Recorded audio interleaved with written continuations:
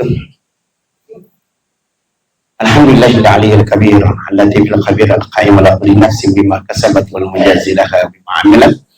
Nahmaduhu wa nashkuru wa natubu ilayhi wa nastaghfiruh wa na'udzu billahi min shururi anfusina wa min sayyiati a'malina.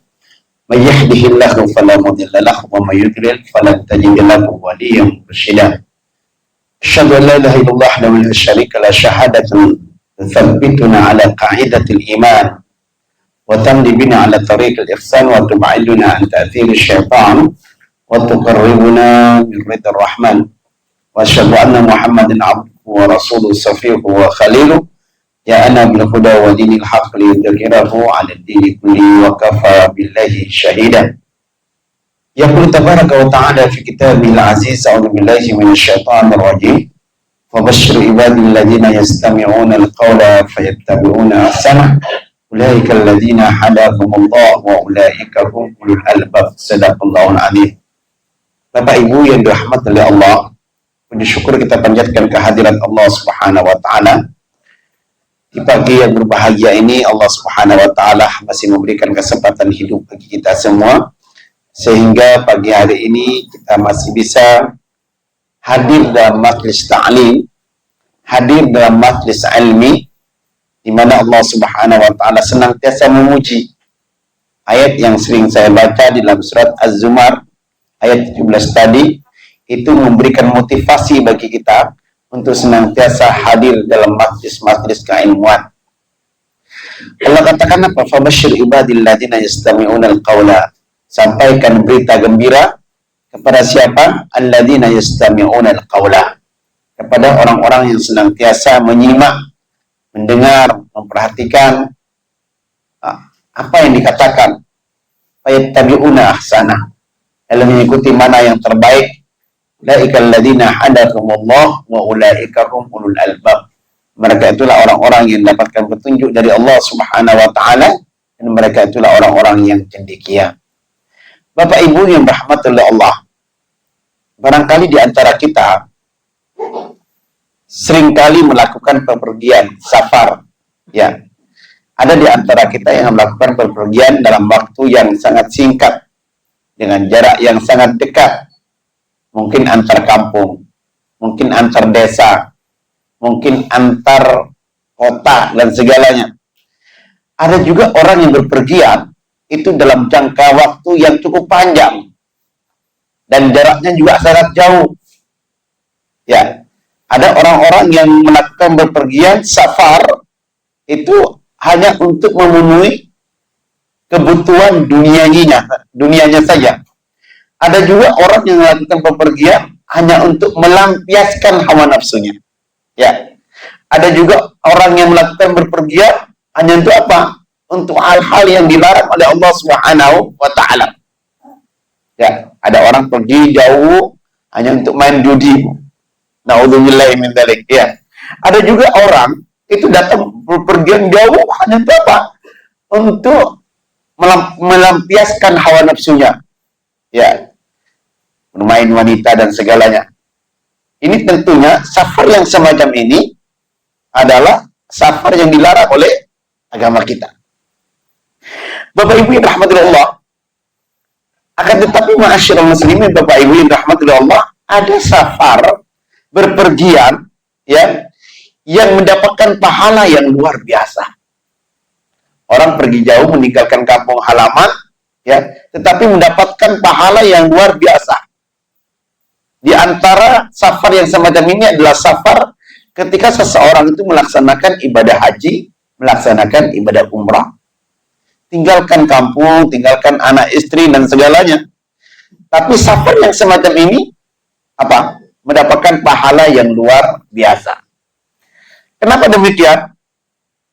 Karena baginda Rasulullah SAW mengatakan al-umratu ilal umrah kafaratun lima bainahuma. Ya. Kata baginda Rasulullah SAW, antara umrah yang satu dengan umrah yang lain kafaratun lima bainahuma. Jadi ketika seseorang itu meninggalkan kampung halaman, pergi jauh ya ke Mekah untuk melaksanakan ibadah haji atau untuk melaksanakan ibadah umrah, maka ini adalah merupakan safar atau perpergian yang akan mendapatkan pahala yang luar biasa. Kenapa demikian? Karena kafaratun lima bainahuma. Orang yang melaksanakan ibadah haji, melaksanakan ibadah umrah antara satu dengan yang lain, itu kafaratun lima bainahuma, sebagai penghapus dosa di antara keduanya. Jadi nggak heran kalau ada seseorang itu tahun ini umroh, besoknya umroh lagi, tahun berikutnya umroh lagi, hampir setiap tahun umroh. Kenapa? Kafaratun lima bainahuma. Karena safar ini, berpergian ini, kata baginda Rasulullah SAW, akan menghapus dosa dan kesalahan kita di antara keduanya. Bapak Ibu rahmatullah, kenapa ini penting? Karena kita manusia biasa, Bu. Manusia biasa, seringkali melakukan salah, seringkali melakukan dosa. Maka sebagai penghapusnya ini semua, ada ibadah yang luar biasa yang dianjurkan oleh baginda Rasulullah SAW, yaitu melaksanakan ibadah haji atau melaksanakan ibadah umrah. Okay. Ini kelebihannya, kafaratun lima bainahuma, al-hajjul mabrur laisa lahul jaza illal jannah. Haji yang mabrur tidak ada balasan kecuali surga. Bapak Ibu yang rahmatullah Allah, maka ini safar yang luar biasa. Berpergian tapi mendapatkan pahala yang luar biasa. Kelebihan berikutnya adalah memperoleh pahala berlipat ganda. Orang yang melaksanakan ibadah haji, melaksanakan ibadah umroh, itu punya kesempatan untuk mendapatkan pahala yang berlipat ganda. Kenapa demikian? Karena salat di Masjidil Haram, salat di Masjid Nabawi, itu beda pahalanya dengan kita salat-salat di tempat kita ini. Ya, baginda Rasulullah SAW katakan apa? Salatu fi masjidi hada afdalu min alfi salatin fi masiwa. Kata baginda Rasulullah SAW, salat di masjidku ini itu memiliki pahala 1000 kali lipat, 100 kali lipat daripada salat di tempat yang lain. Illa fi masjidil haram, kecuali di Masjidil Haram, maka dilipat gandakan oleh Allah Subhanahu wa taala 1000 kali lipat dibandingkan Masjid An-Nabawi. Begitu, punya kesempatan kita. Kalau kita bisa salat di Masjid Nabawi, bisa salat di Masjidil Haram, maka berpotensi untuk melipat gandakan pahala dari Allah Subhanahu wa taala. Bapak Ibu yang rahmatullah, kelebihan berikutnya adalah kata baginda Rasulullah SAW, al-hujjaj wal ummar wafdullah. Orang yang melaksanakan ibadah haji, melaksanakan ibadah umrah adalah merupakan tamu Allah. Merupakan tamu Allah Subhanahu wa taala. Ini nggak terkait, Pak.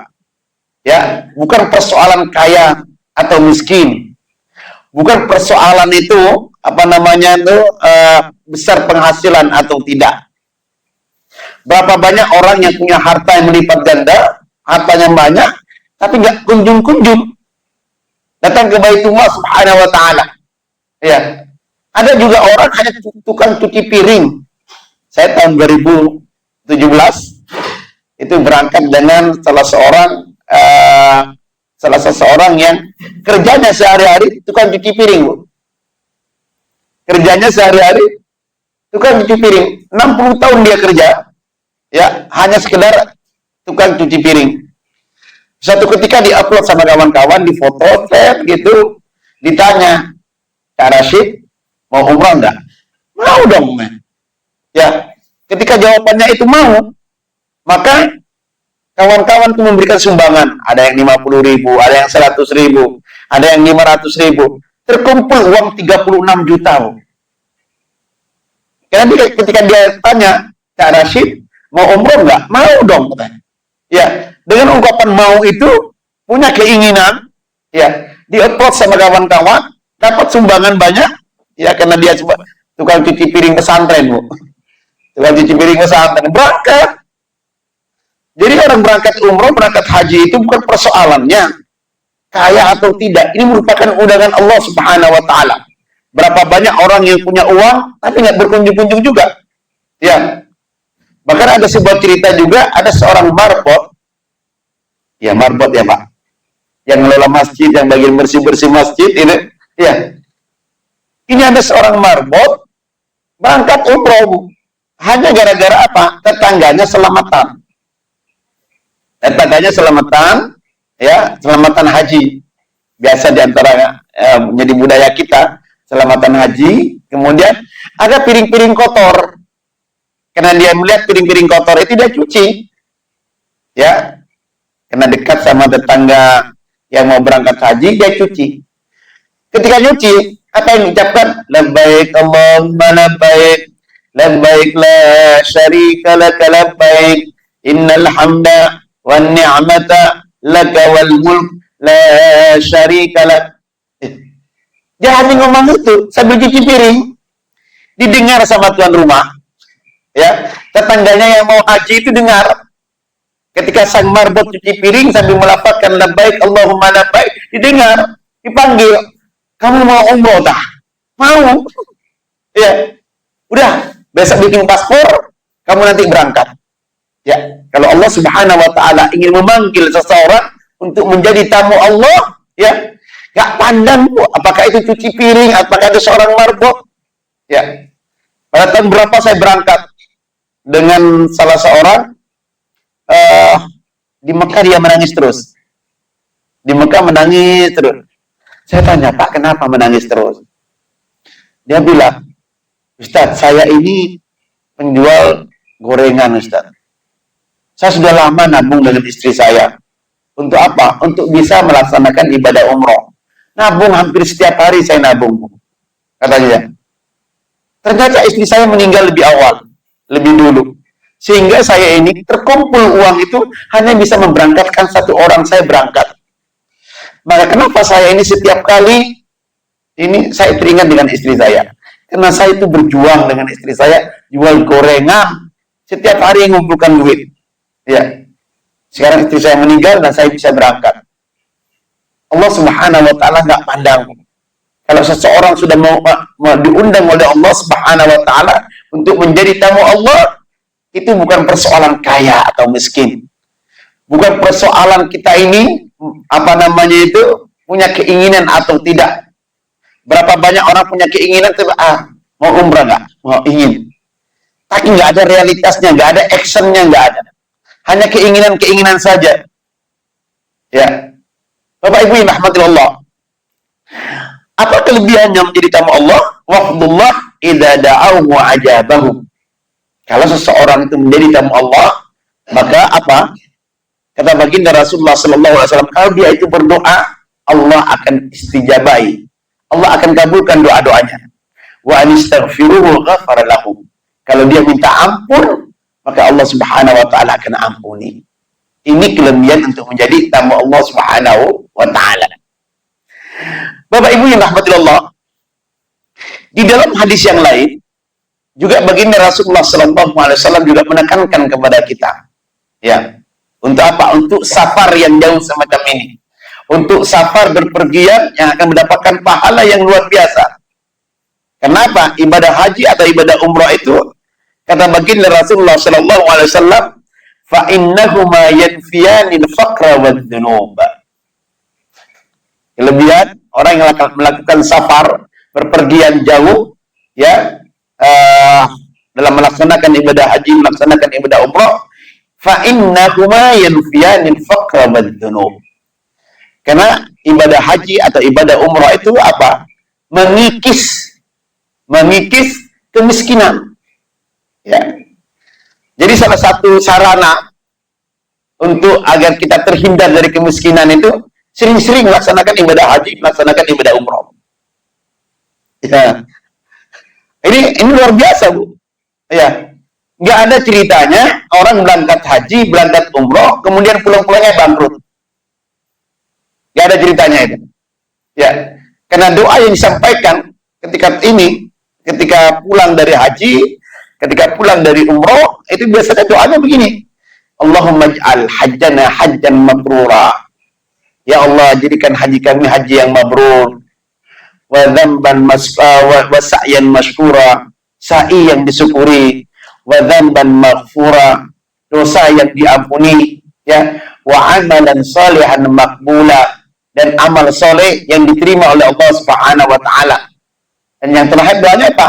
Wa tijaratan lan tabur, bisnis yang tidak pernah merugi. Makanya orang itu tak heran, oh tahun ini umrah kok, kemarin umrah lagi, tahun kemarin haji kok sekarang haji lagi, ya, karena doanya demikian, ya. Wa tijaratan lan tabur, bisnis yang tak pernah merugi. Dan Rasulullah sallallahu alaihi wasallam katakan apa? Yanfiyani al-faqra wal-dhunub kama yanfil qiru haitsul hadis wad-dhahab wal-fiddah. Sebagaimana pembakaran itu bisa menghilangkan kerak-kerak besi dan kerak-kerak ini. Kalau kita bakar besi itu kan hilang, Pak, karat-karatnya. Begitu juga melaksanakan ibadah haji, melaksanakan ibadah umrah, mengikis kemiskinan. Ya, ya. Belum pernah kita dapatkan, belum kita dengar ada seseorang melaksanakan ibadah haji, melaksanakan ibadah umrah, pulang-pulangnya bangkrut. Ya, yang seringkali kita dengar itu banyak orang mengadakan pesta perkawinan luar biasa. Ya, unduh mantu sekian, ininya sekian, ya. Belakangnya udah terdengar, ini utangnya sekian, utangnya sekian, utangnya sekian. Nggak ada ceritanya orang yang melaksanakan ibadah haji, ibadah umrah itu mendengar cerita semacam itu. Ya, Bapak Ibu yang rahmatullah, ini adalah merupakan safar yang luar biasa. Kemudian ketika kita melaksanakan ibadah haji, melaksanakan ibadah umrah, itu juga punya kesempatan. Punya kesempatan apa? Punya kesempatan untuk bisa sholat di Masjid Quba. Kata baginda Rasulullah SAW, kalau seseorang itu berwudu dari rumahnya, kemudian datang ke Masjid Quba, sholat di situ 2 rakaat, ya, maka Allah Subhanahu wa taala catat pahalanya sebagaimana pahala umrah. Sebagaimana pahala umrah. Rasulullah SAW datang ke Masjid Quba hampir setiap Mekah. Kadang-kadang jalan kaki, kadang-kadang naik kendaraan. Maka sekarang banyak orang-orang kalau melaksanakan ibadah haji, melaksanakan ibadah umrah, kalau waktu-waktu senggang itu datang ke Masjid Quba. Datang ke Masjid Quba untuk apa? Untuk sholat di situ. Karena sholat di situ sama dengan pahala umrah. Ini orang yang punya kesempatan melaksanakan ibadah haji, melaksanakan ibadah umrah. Bapak Ibu yang rahmatullah, terakhir ingin saya sampaikan. Ya, terakhir ingin saya sampaikan, orang yang pernah melaksanakan ibadah haji, melaksanakan ibadah umrah, itu punya kesempatan untuk apa? Untuk bisa didoakan oleh ribuan orang, oleh ratusan orang, bahkan jutaan orang sampai hari kiamat. Ya, biasa Bu, kalau kita mau buka usaha, mau buka apa, kan seringkali kita katakan sama orang, Pak, saya mau bikin usaha, tolong doakan saya ya. Mudah-mudahan doa saya ini apa? Usaha saya ini berhasil. Pak, anak saya sedang mengikuti ujian, doakan ya mudah-mudahan lulus. Pak, keluarga saya dalam keadaan sakit, doakan ya mudah-mudahan sembuh dari penyakit ini. Ini sehingga kita minta doa. Ya, Bapak Ibu yang rahmatillah, orang ketika melaksanakan ibadah haji, melaksanakan ibadah umrah, sekali saja seumur hidup, sekali saja, ya, maka dia punya kesempatan untuk bisa didoakan oleh ratusan orang, ribuan orang, jutaan orang sampai hari kiamat. Ya, kenapa? Karena setiap kali orang melihat Ka'bah, setiap kali orang melihat Ka'bah ada doanya. Ya, orang kalau pertama kali melihat Ka'bah berdoa dia kepada Allah Subhanahu wa taala. Allahumma zid hadal bait tashrifan wa ta'liman wa takriman wa mahabatan. Ya Allah, tambahkan kepada rumah ini ya Allah, yaitu Baitullah, tashrifan, kehormatan, wa ta'liman, keagungan, wa takriman, kemuliaan, wa mahabatan, kewibawaan. Ya. Itu doanya Bu. Biasanya orang melihat Ka'bah pertama menangis. Ya. Saya kemarin berangkat sama beberapa bawa jamaah sekitar 43 orang. Paman saya itu, ada paman saya, keluarga saya, sering ketawa-ketawa, terus tidak pernah sedih rasanya. Kakak kegigit, terus ada persoalan kakak kegigit, nggak pernah sedih. Tapi ketika melihat Ka'bah pertama dia menangis. Ketika melihat Ka'bah pertama dia menangis. Berdoa dari macam ini. Allahumma zid hadzal bait tashrifan wa ta'ziman wa takriman wa mahabbatan. Dan tidak berhenti di situ. Kemudian doanya apa? Wazid man syarrafahu. Ya Allah, tambahkan ya Allah. Kepada siapa? Man syarrafahu. Kepada orang-orang yang memberikan kehormatan. Wa 'azzamahu wa karramahu. Dan mengagungkannya serta memuliakannya. Mimman hajjahu. Dari orang-orang yang melaksanakan ibadah haji. Awi atamarahu. Atau orang-orang yang sedang melaksanakan ibadah umroh. Tashrifan wa ta'ziman wa takriman wa birran. Ya Allah, tambahkan kepada mereka ya Allah kehormatan, keagungan, kemuliaan, wa birran, dan kebaikan. Luar biasa. Ya, luar biasa. Jadi ketika satu kali saja kita melihat Ka'bah, itu kita berpotensi untuk apa? Untuk mendapatkan doa-doa ini. Sebagaimana kita sholat, Bu, ya. Kalau tahiyat akhir wa ala ibadiyas sholihin. Mengapa menjadi orang yang soleh itu apa namanya satu keharusan? Karena kita berpotensi untuk apa? Untuk didoakan oleh seluruh umat Islam ketika mengucapkan wa ala ibadillas sholihin terhadap hamba-hamba Allah yang soleh. Begitu juga kenapa kita punya keinginan yang keras untuk bisa melihat Ka'bah? Karena itu juga memberikan potensi untuk didoakan sampai hari kiamat. Kita tahu ini Ka'bah itu nggak pernah berhenti, Pak, orang tawaf. Ya, nggak pernah berhenti. Hanya berhentinya ketika sholat saja. Dan itu berlanjut sampai hari kiamat, berputar terus. Ya, punya kesempatan. Dan banyak di antara kita masih antrian panjang untuk bisa melaksanakan ibadah haji, untuk bisa melaksanakan ibadah umroh. Ya, sekarang udah musimnya ibadah umroh, hampir setiap hari ada keberangkatan. Ya, dari satu negara, belum lagi negara-negara yang lain. Dan kita berpotensi, Bapak Ibu yang rahmati Allah, mudah-mudahan kita semua ini suatu saat nanti akan menjadi tamu-tamu Allah. Ya, menjadi tamu-tamu Allah, tekadkan itu, ya, bulatkan. Tidak ada hal yang tidak mungkin bagi Allah Subhanahu wa taala. Bahkan ada cerita begini, ada orang tempel itu Ka'bah itu, gambar Ka'bah di kamarnya. Setiap kali dia lihat itu dia katakan labbaik Allahumma labbaik. Labbaik Allahumma labbaik. Bukan tidak mungkin, Bu. Bukan tidak ada hal yang tidak mungkin bagi Allah Subhanahu wa taala. Tadi saya sudah ceritakan beberapa orang